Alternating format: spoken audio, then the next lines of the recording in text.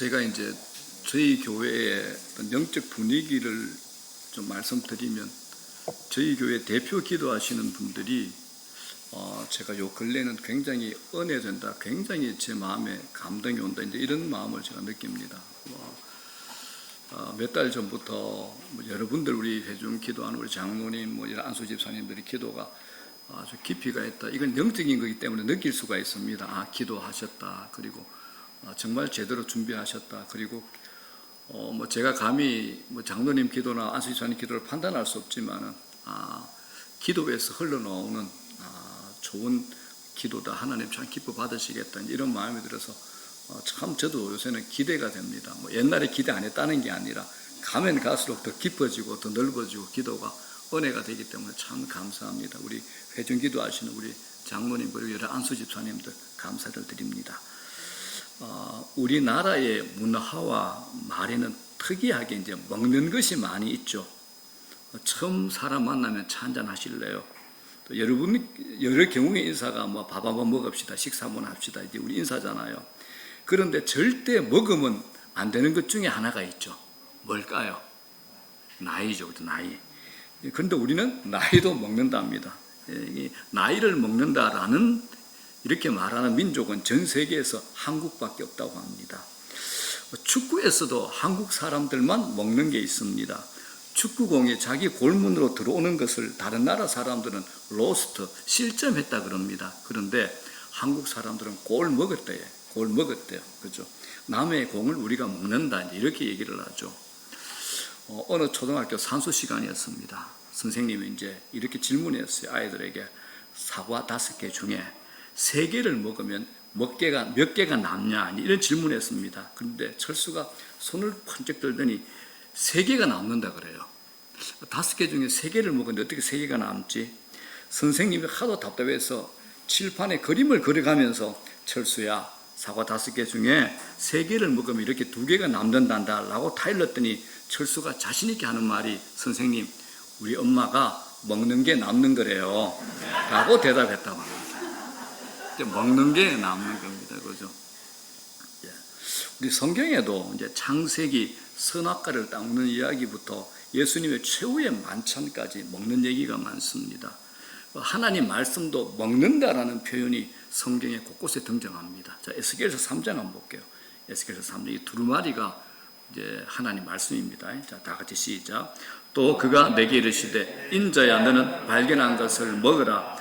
너는 이 두루마리를 먹고 가서 이스라엘 족속에게 말하라 하시기로, 내가 입을 벌리니 그가 그 두루마리를 내게 먹이시며 내게 이르시되, 인자야, 내가 네게 주는 이 두루마리를 네 배에 넣으며 네 창자에 채우라 하시기에 내가 먹으니 그것이 내 입에서 달기가 꿀 같더라. 이게 두루마리는 이제 하나님 말씀, 당시의 율법 성경 말씀을 이제 뜻합니다.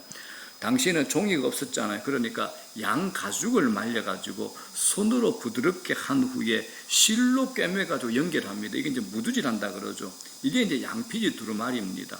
여기에다가 이제 글을 쓰는 거죠. 양피지 두루마리가. 또 하나는 섭지에서 생산되는 파피루스 있죠. 파피루스, 이제 갈대 줄기를 얇게 붙여가지고 만든 파피루스 두루마리도 있습니다. 자, 이 두루마리에 이제 글을 쓰는 거죠. 그러니까 이 두루마리에 기록된 하나님 말씀을 먹으라 그럽니다. 먹으라, 읽으라가 아니고. 이 실제로는 불가능한 일이죠. 이게 어떤 얘기냐면, 성령께서 에스겔에게 강력히 임해서 환상 가운데서 이루어지는 일입니다.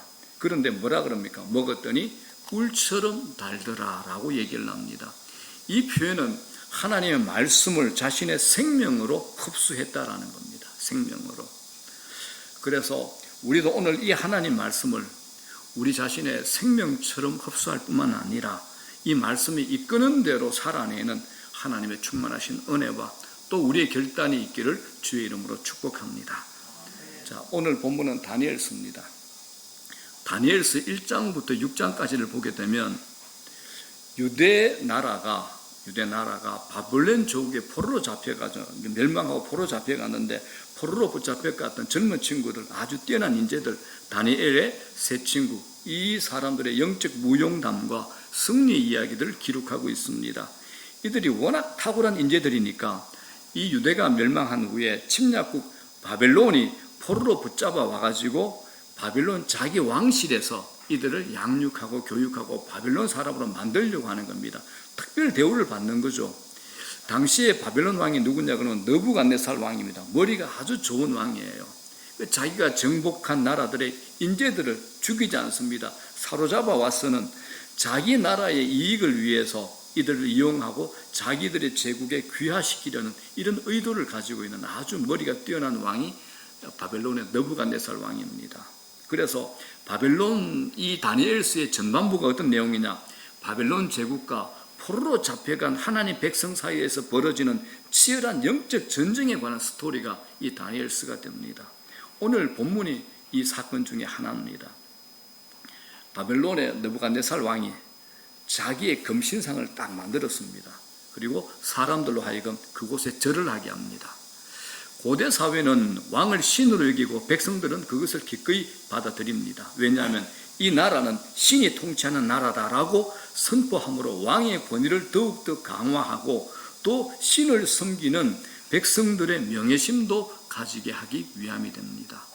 그런데 다니엘의 세 친구는 왕의 신상에 절하라는 명령을 거절합니다. 이 일로 다니엘의 세 친구 사드락, 메삭, 아벳느고가 바벨론의 왕 앞에 불려오게 되죠. 바벨론 왕 느부갓네살이 이렇게 얘기합니다. 너희가 내 신을 섬기지 않고 내가 세운 금신상 앞에 절하지 아니하였느냐? 지금이라도 늦지 않다. 절해라. 그러면 없던 것으로 해주마. 그러나 만약 절하지 않는다면 맹렬하게 타는 이 풀무불 속에 집어넣어 버리겠다라고 합니다. 왕의 신상 앞에 절하라는 것은 하나님의 백성으로서의 정체성을 지워버리는 겁니다. 어느 편에 설 것인지 선택하라는 거죠. 그들의 요구를 수용할 것인가 거부할 것인가, 이게 다니엘의 세 친구가 처했던 환경이 됩니다. 겉으로 보면 비교가 되지 않습니다. 한쪽은 바벨론 제국의 최고 권력자, 한쪽은 힘없이 포로로 붙잡혀 온 청년들, 젊은 청년들입니다. 피할 길이 없어 보입니다. 이럴 때 우리는 어떻게 합니까? 주로 이제 타협을 하죠. 세상을 살면서 여러분, 우리도 비슷한 환경에 처할 때가 참 많습니다. 오늘 우리가 사는 이 세상이 신바벨론 세상입니다. 어른들은 물론이고 우리 자녀들, 청소년들이 세속의 문화 속에서 살아가고 있는데 아차 하는 순간에 신바벨론의 백성이 될 수 있습니다. 신자는 매일 타협의 유혹에 시달립니다. 적당히 살라고 합니다. 세상 안에 들어가 보면 구조적인 악들이 있죠. 돈을 벌려면 구조적인 악들과 싸워야 됩니다. 수 없는 유혹들이 우리 앞에 있습니다. 정신 차리지 않으면 하나님의 백성이라는 정체성을 잃어버리고 이 세상이 만들어가는 신바벨론 백성으로 돌아갈 가능성이 참 많습니다. 신바벨론의 신이 대표적으로 어떤 신입니까? 돈, 권력, 쾌락, 이겁니다. 세상은 우리에게 이렇게 얘기합니다. 너 하나님 덜먹이지 마. 고상한 척 하지 마. 너 내 편이 됐는데 내가 채워줄게. 이렇게 우리를 회유합니다. 여기서 우리는 예스나 노를 선택해야 됩니다. 선택에는 중립이 없죠. 신자는 세상이 제시하는 수많은 설득에 노라고 하셔야 됩니다. 노라고 하셔야 됩니다. 노해야 할 때 노하지 않으면 슬그머니 우리는 죄의 자리로 건너가서 그 자리에 앉아 있게 됩니다. 우리 일상은 날마다 타협의 유혹입니다. 세상과 하나님 사이를 적당하게 오고 가는 것이 타협이죠. 세상 따라가면 쉽습니다. 세상은 타협의 기술을 우리에게 가르칩니다. 타협을 잘하면 성공할 수 있는 길도 쉽게 열립니다.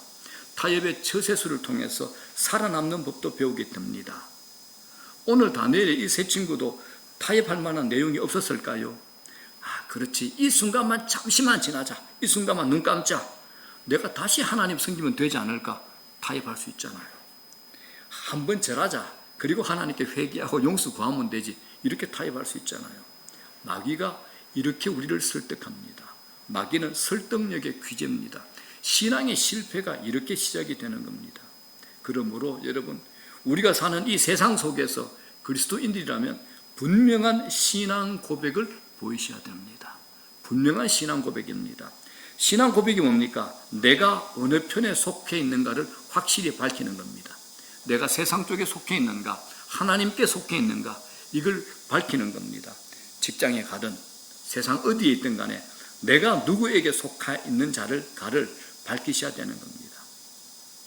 마태복음에 이런 내용이 나오죠. 가이사랴 빌립보 지방에서, 가이사랴 빌립보입니다. 주님이 제자들 질문을 던집니다. 제자들아, 사람들이 나를 누구라 하느냐? 이 질문에 대해서는 대답할 만합니다. 내가 아니라 다른 사람이기 때문에 저 사람은 이렇게 얘기해요, 저 사람은 이렇게 얘기해요. 이건 뭐 별 어렵지 않은 대답할 수 있습니다. 그런데 또 다른 예수님의 무거운 질문이 있습니다. 너희들은 나를 누구라 하느냐라고 질문합니다. 이 피할 수 없는 질문이죠. 우리가 대답해야 되는 답변입니다. 주님의 이 질문에 베드로가 뭐라 그럽니까? 주는 그리스도시요 살아계신 하나님의 아들이십니다 라고 대답합니다. 예수님의 질문을 던진 가이사랴 빌립보라는 이 도시는 특별합니다. 로마 황제 칭호 가이사 이 이름을 도시 이름 앞에 붙이려면 도시 한가운데 로마 황제의 신상이 있어야 됩니다. 도시 한가운데 황제의 신상 앞에서 주님께서 뭐라 그럽니까? 너희는 나를 누구라고 생각하느냐라고 물어보는 겁니다. 그때 베드로의 고백이 특별합니다. 가이사가 신이 아닙니다. 주님이 메시아입니다. 주님이 구원자입니다. 이 고백으로 주님이 베드로에게 그렇게 칭찬하신 겁니다. 여러분 한번 생각해 볼게요. 이때 가이사 신상 앞에 있는 예수님이 멋진 왕궁의 옷을 입었겠습니까? 아닙니다. 제자들 끌고 다니면서 먼지 뒤집어 쓰고 꾀죄죄하고 낡고 볼품없는 옷 입고 있지 않겠습니까? 제자들은 어떻습니까? 다 형편없는 몰골일 겁니다. 그런 예수님을 향해서 주님이라고 구세주 그리스도라고 부르는 겁니다. 우리 똑같습니다. 내가 누구를 섬기는가에 대한 명확한 입장을 말씀하셔야 됩니다. 이게 신앙 고백이 됩니다. 내가 무엇을 믿고 있는가에 대한 확고한 태도가 우리 신앙 고백에서 드러나는 겁니다. 내 신앙 고백이 거짓이 아니라 참이라는 것을 현실 속에서 검증을 받으셔야 됩니다. 여러분, 세상은 우리에게 이렇게 실험합니다. 너가 진짜 예수 믿는 사람인가 확인해 보고 싶어 합니다. 자꾸 찔러봅니다. 우리에게 타협 제시안을 계속 던지는 겁니다. 온갖 것으로 우리를 저울질합니다. 그렇다고 그런 세상을 피할 수 없습니다. 중요한 게 뭡니까? 내 것, 나의 신앙의 고백입니다. 본문에 왕의 신상에 절하는 이 명령에 사드락, 메삭, 아벳느고가 어떻게 반응합니까? 16절 뭐라 그럽니까? 왕에게 대답할 필요가 없나이다. 고민할 일이 전혀 없다라는 겁니다. 여러분, 내가 어떤 문제에, 어떤 죄 앞에서 고민을 오래 한다면 이미 유혹 안에 들어가 있다는 증거가 됩니다. 나쁜 것 아닌 것은 빨리 잘라버려야 됩니다. 고민 안 하셔야 됩니다. 그러면서 이 세 친구들이 덧붙여서 이렇게 말합니다. 17절입니다. 시작. 왕이여, 우리가 섬기는 하나님이 계시다면 우리를 맹렬히 타는 풀무불 가운데에서 능히 건져내시겠고 왕의 손에서도 건져내시리이다. 이 세 친구 사드락, 메삭, 아벳느고는 하나님의 능력과 권능과 전능자의 주권을 믿었습니다. 우리 예배 때마다 고백하잖아요. 신앙 고백의 핵심, 사도신경의 주제가 뭡니까? 하나님입니다. 사도신경의 첫 부분이 뭡니까? 전능하사 천지를 만드신 하나님 아버지를 누가 믿죠? 내가 믿사오며, 내가 믿사오며. 신앙 고백의 이 첫 대목이 매우 중요합니다. 전능하신 하나님에게는 능치 못할 일이 없음을 우리는 믿습니다. 이게 우리 신앙의 출발 지점이 되는 겁니다. 우리가 기도하는 이유가 뭡니까? 왜 기도합니까? 왜 기도합니까? 그 시간에 딴 사람 만나서 도움 구하면 되고 딴 사람 만나서 일하는 게 낫죠. 그런데 우리가 시간을 빼서 매 순간마다 왜 기도합니까? 우리가 믿는 하나님, 우리가 기도하는 그 하나님, 그분이 전능하신 분이기 때문입니다. 나는 유한하지만 하나님은 전능하시고 우리의 모든 기도를 들을 수 있음을 믿기 때문에 기도하는 겁니다. 우리가 세상에서 자주 마주하는 게 뭡니까? 위기 상황, 절망적인 상황입니다. 평소에 큰 소리치고 살아가지만 한계 상황을 맞으면 우리가 할 수 있는 일이 별로 없습니다. 그때 우리가 전능하신 하나님을 향하여 얼굴을 들고 그분이 나의 소망이 되고 나의 환난 날에 도움이 되신다고 고백하는 겁니다. 다니엘의 이 세 친구 사드락, 메삭, 아벳느고는 지금 하나님의 전능하심을 믿고 있습니다. 아무리 뜨거운 불 속에 집어넣는다 할지라도 하나님은 능히 건져내 주신다고 선포하는 겁니다. 전능하신 하나님을 신앙하는 사람들의 공통적인 특징이 있습니다. 담대합니다. 하나님을 믿는 사람들 담대합니다. 하나님이 우리에게 하신 말씀도 하나님으로 인한 담대함입니다. 여러분, 긍정적인 마인드, 내 실력, 내 성품, 세상 경험으로 인한 나의 담대함 아닙니다. 아닙니다. 내가 믿는 하나님으로 인한 담대함입니다. 모세의 리더십을 이어받아 위축되고 두려워하는 여호수아에게 하나님께서 강조하고 또 강조하신 말씀이 뭐냐? 담대하라, 담대하라, 담대하랍니다. 자, 여호수아 1장 6절, 7절, 9절입니다. 하나님께서 여호수아에게 하신 말씀입니다. 시작. 강하고 담대하라. 너는 내가 그들의 조상에게 맹세하여 그들에게 주리라 한 땅을 이 백성에게 차지하게 하리라. 오직 강하고 극히 담대하여 나의 종 모세가 네게 명령한 그 율법을 다 지켜 행하고 내가 네게 명령한 것이 아니냐. 강하고 담대하라. 두려워하지 말며 놀라지 말라. 네가 어디로 가든지 네 하나님 여호와가 너와 함께 하느니라 하시니라. 강하고 담대하라. 강하고 극히 담대하여 강하고 담대하라. 담대하라. 여러분, 세상에 위축되지 마십시오. 강하고 담대하십시오. 악인이 나를 둘러싸고 망하게 하려고 해도 하나님은 나를 능히 건져낼 수 있다는 믿음을 가지고 살아야 됩니다. 다윗의 고백이 그거 아닙니까? 시편 3편에 다윗이 이렇게 고백합니다. 소제목이 뭡니까?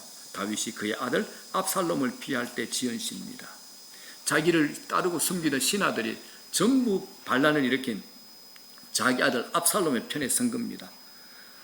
죽도록 충성하겠다고 고개 숙인 그 신하들이 다 적군이 된 거죠. 그래서 다윗이 어떻게 고백합니까? 여호와여, 나의 대적이 어찌 그리 많은지요. 이르라 나를 치는 자가 많으니이다. 얼마나 억장이 무너지겠습니까? 그런데 이렇게 마지막에 고백하죠. 6절 시작.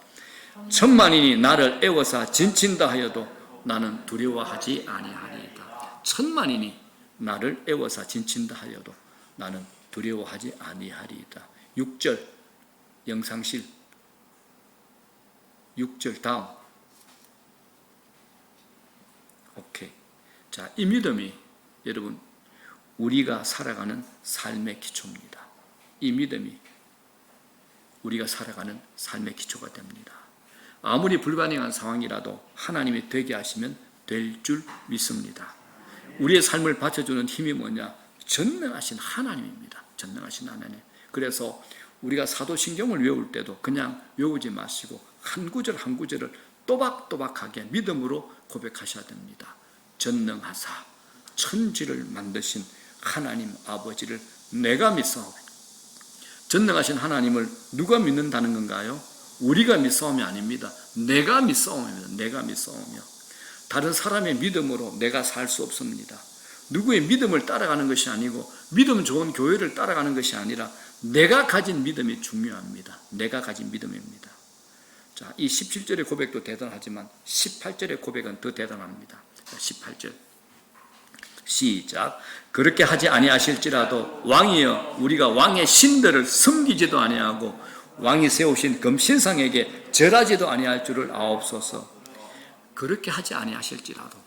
이 고백은 더 멋진 신앙 고백이 됩니다. 이 고백은 앞의 고백과 또 다른 겁니다. 하나님이 나를 살리지 않는다 할지라도 하나님에 대한 내 신앙은 변하지 않는다는 겁니다. 내 생명이 뺏기는 일이 있다 하더라도 이 신앙의 고백을 붙들고 내가 살겠다는 겁니다. 살려주시는 기적이 일어나지 않는다 할지라도 나의 하나님에 대한 신앙 고백은 변함이 없을 것이라는 것. 이게 진짜 신앙 고백이 되는 겁니다. 자, 여러분, 자신의 이해 덕실에 따라서 오락가락하는 신앙으로는 세상을 이길 수가 없습니다. 신앙의 세계에서는 언제나 변절자들이 일어납니다. 어려움이 닥치면 배교자들이 많이 생기죠. 자신을 지켜주지 않는 하나님 의심합니다. 순간적으로 현실과 타협해 버립니다. 사랑하는 여러분, 신앙은 상업적인 거래가 아닙니다. 내가 이렇게 했더니 하나님이 내게 이 정도는 해주셔야 한다는 이 공식 가지고 신앙생활을 하게 되면 오락가락 할 수밖에 없습니다. 시험에 들 수밖에 없는 겁니다. 신앙의 초점이 뭔지 물어야 됩니다. 하나님이십니까? 나 자신입니까? 내가 주인입니까? 하나님의 주인입니까? 제가 제자 훈련하면서 말씀 묵상에 대해서 계속 강조하면서 시편 23편을 얘기합니다. 여호와는 나의 목자시니 내게 부족함이 없으리로다. 물어봅니다. 여러분의 인생의 주인이 누구냐고, 여러분의 인생의 주어가 누구냐고, 여러분입니까? 하나님입니까? 여호와는 나의 목자시니 주어가 하나님이 되셔야 됩니다. 하나님이십니다.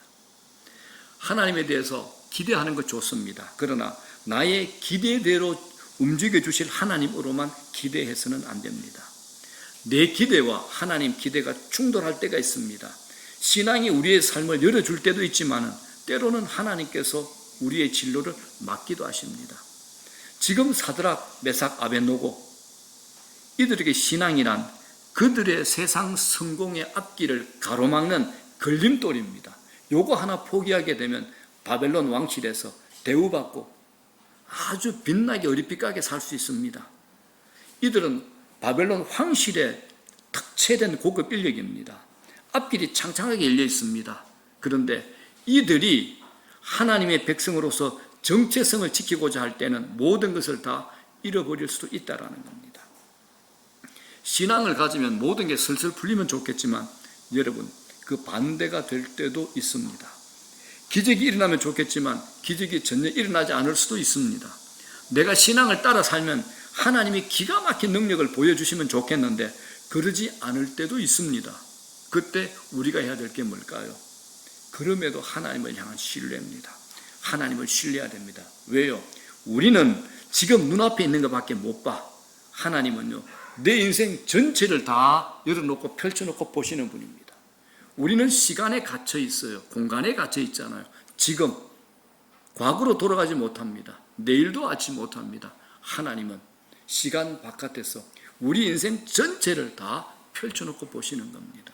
내가 옳을까요? 하나님이 옳으실까요?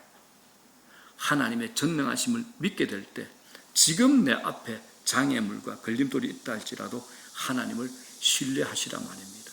하나님을 신뢰하셔야 됩니다. 이때 우리의 신앙의 진면목, 영적 실력이 드러나는 겁니다. 여러분, 잘 될 때는 누구나 폼나게 얘기할 수 있습니다. 은혜지요, 사랑합니다, 감사합니다. 잘 될 때는 다 이렇게 얘기합니다. 그런데 하는 일이 잘 안 돼. 친정의 시어머니, 친정 어머니가 아프대요. 동생이 사업하다가 부도가 나서 돈 빌려달래.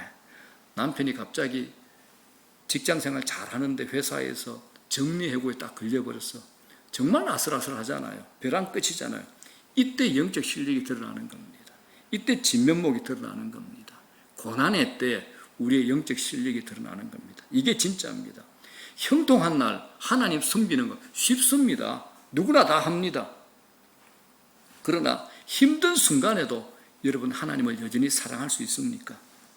이게 바로 신뢰의 문제 아니겠습니까? 나 하나님 신뢰합니다. 힘든 순간에 그게 신뢰입니다. 우리의 눈은 보이는 것에 약하잖아요. 눈에 보이는 것을 더 신뢰합니다. 본문도 눈에 보이는 힘과 보이지 않는 힘과의 대결입니다.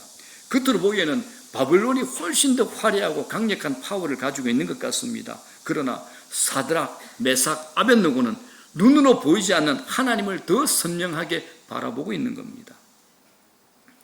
여러분, 하나님을 향한 신뢰 하루아침에 만들어지지 않습니다.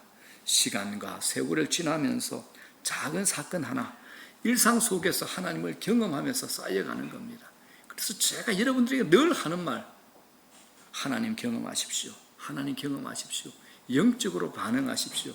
신앙으로 반응하십시오. 하는 말이 그겁니다. 그래야지 하나님을 경험하는 겁니다. 우리가 신앙을 갖는 순간 세상의 것들을 포기해야 될 것 눈에 들어옵니다. 신앙생활 대충 하면 모르지만 내가 제대로 하겠다고 한번 다짐해 보십시오. 벼랑 끝에서는 위기를 당할 때도 있습니다. 다니엘의 세 친구가 당한 사드락, 메삭, 아벳느고 이 친구들이 당한 풀무불의 시험 같은 것이 우리가 발 담그고 사는 세상 속에서 다양하게 우리에게 찾아올 수 있다는 겁니다. 그럴 때 하나님에 대한 우리의 태도가 중요합니다. 바울이 로마서 8장에서 이런 고백합니다. 다 같이 우리 신앙 고백으로 고백합니다. 시작. 누가 우리를 그리스도의 사랑에서 끊으리요? 환난이나 곤고나 박해나 기근이나 적신이나 위험이나 칼이랴.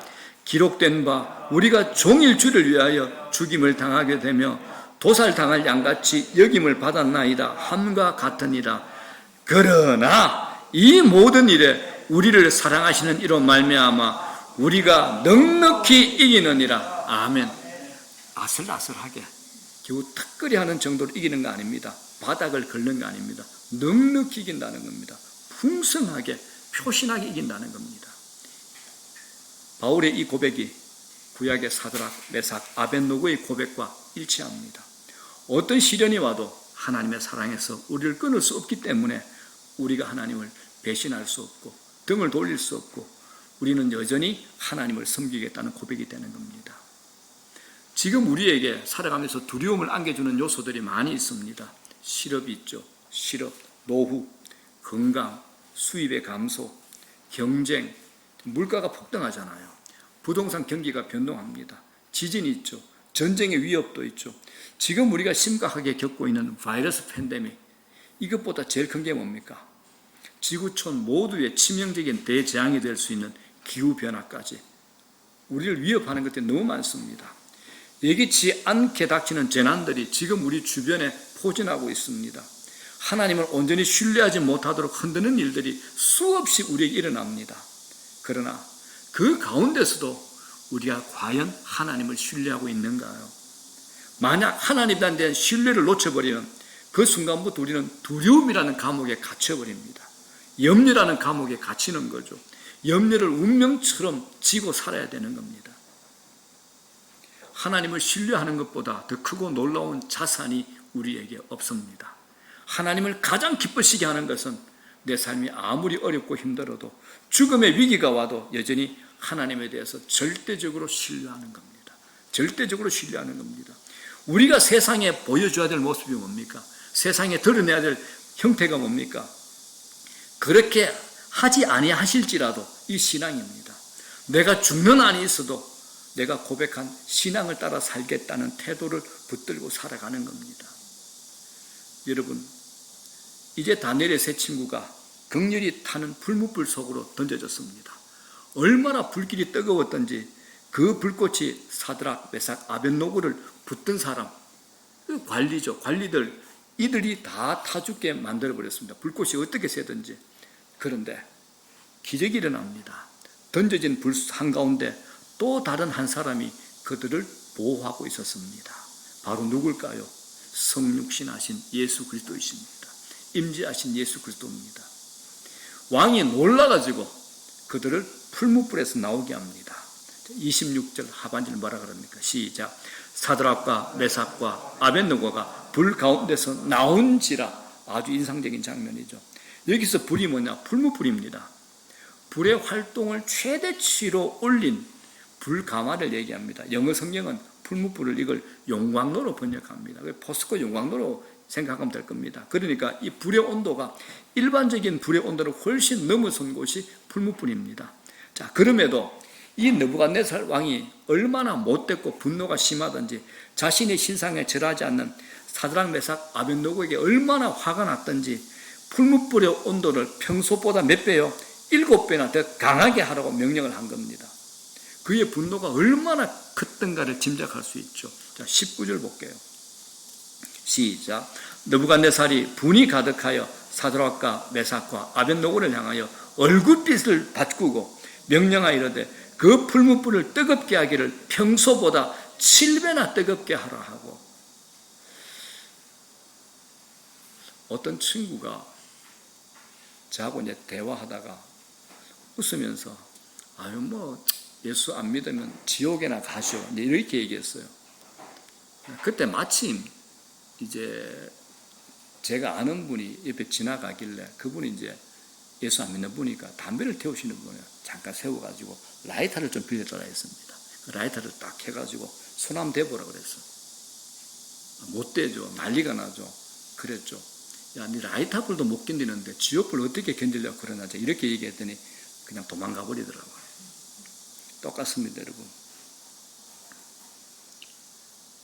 세 친구를 이 풀무불에 밀어넣기 위해서 그들이 붙던 사람이 풀무불 근처에 갔다가 죽었다는 이 설명은 풀무불의 온도가 얼마나 뜨거웠는가 우리에게 상상하게 만든 겁니다. 22절 뭐라 그럽니까? 풀무불이 심히 뜨거움으로 불꽃이 사드락과 메삭과 아벳노고를 붙든 사람을 태워 죽였고, 이 광경을 누가 봤습니까? 왕도 봤어요. 왕의 신하들도 따라왔어요. 관료들도 따라왔어. 그를 엄해했던 신하들도 그 자리에 있었습니다. 상상을 초월할 정도로 뜨거운 풀무불에 들어간 이 세 사람이 어떻게 되었을까요? 현장을 우리가 한번 봅시다. 27절 이렇게 설명합니다. 다 같이 믿음으로 시작. 총독과 지사와 행정관과 왕의 모사들이 모여 이 사람들을 본즉 불이 능히 그들의 몸을 해하지 못하였고 머리털도 걸리지 아니하였고 겉옷빛도 변하지 않았고 불탄 냄새도 없었더라. 불탄 냄새도 없었더라. 여러분 아시죠? 화재가 났을 때 그 매캐한 냄새는 굉장히 오래 갑니다. 그죠? 이거는 뭐 공기청정기 몇 대를 대도 안 됩니다. 제가 제자 오전에 한 자매가 애를 보냈는데 그 유치원에 잠깐 불이 났대요. 심한 불도 아닌데. 그런데 그 불타고 나는 그 걸른 냄새, 그걸 못 지워가지고 공기청정기를 뭐 거의 대여섯 대를 갖다 놨는데도 냄새가 안 날아가더랍니다. 그러니까 이게 얼마나 놀라운 일입니까? 불탄 냄새도 없었더라. 이건 완벽한 보호하심이죠. 그들은 불 속에 던져진 게 아니라 믿음을 지켰던 그들은 하나님 품 안으로 들어간 겁니다. 불에 들어간 것이 아니라 하나님 품 안으로 들어간 겁니다. 자, 사랑하는 여러분, 우리도 매일 수없는 유혹 앞에 섭니다. 타협하라는 우격다짐 당하죠. 협박까지 받습니다. 두렵게 하고 불안하게 하는 것들이 계속 일어납니다. 하나님 말씀대로만 살면 망할 것 같고 세상의 방식에 순응해야 살아날 수 있을 것 같은 이런 유혹이 끊임없이 일어납니다. 하루에도 수없이 마음이 오락가락하죠. 그런데 여러분, 그 길은 망하는 길입니다. 어떤 경우에도 하나님 붙들고 믿음을 지키는 자들에게 하나님 승리를 주신 겁니다. 28절에서 바벨론 왕 느부갓네살의 반응을 이렇게 설명합니다. 28절 다 같이 시작. 느부갓네살이 말하 이르되 사드락과 메삭과 아벳느고의 하나님을 찬송할지로다. 조금 전까지만 하더라도 절해, 절 안 하면 너희들 죽어. 이 절을 하라고 강요했던 바벨론 왕이 하나님을 찬송하고 있습니다. 자신에게 절하라고 했던 왕이 하나님을 높이고 있는 겁니다. 그 입술에서 하나님이 참 신이다 라고 고백하는 겁니다. 여러분, 세상의 모습이 이렇습니다. 세상의 모습이 이렇습니다. 처음에는 대단한 것 같지만 하나님의 권세 앞에 무릎을 꿇을 수밖에 없는 것이 세상의 능력, 세상의 권세라는 겁니다. 세상 두려워하지 마십시오. 우리가 정말 두려워할 것 하나님 한 분밖에 없습니다. 이게 오늘 우리에게 주는 교훈입니다. 자, 이게 끝이 아닙니다. 본문 앞에 다니엘서 2장을 보게 되면 느부갓네살 왕이 머리는 금으로 되어 있죠. 가슴과 팔은 은으로, 배와 넓적다리는 노스로 된 한 신상을 꿈에서 본 거예요. 그런데 갑자기 사람의 손으로 다듬지 아니한 큰 돌이 날아와가지고 이 신상을 다 깨부셔버리는 겁니다. 자, 2장 34절 보십시오. 이렇게 얘기하죠. 시작. 또 왕이 보신즉 손대지 아니한 돌이 나와서 신상의 쇠와 진흙의 발을 쳐서 부서뜨리며, 이게 이제 상징을 얘기하는 겁니다. 좀 전에 그림 한번 보여주세요. 오케이, 상징입니다. 자, 예수님께서 이 땅에 오시기 전에 그러니까 이 다니엘서 같으면 BC 한 700년 전에 얘기가 되겠죠.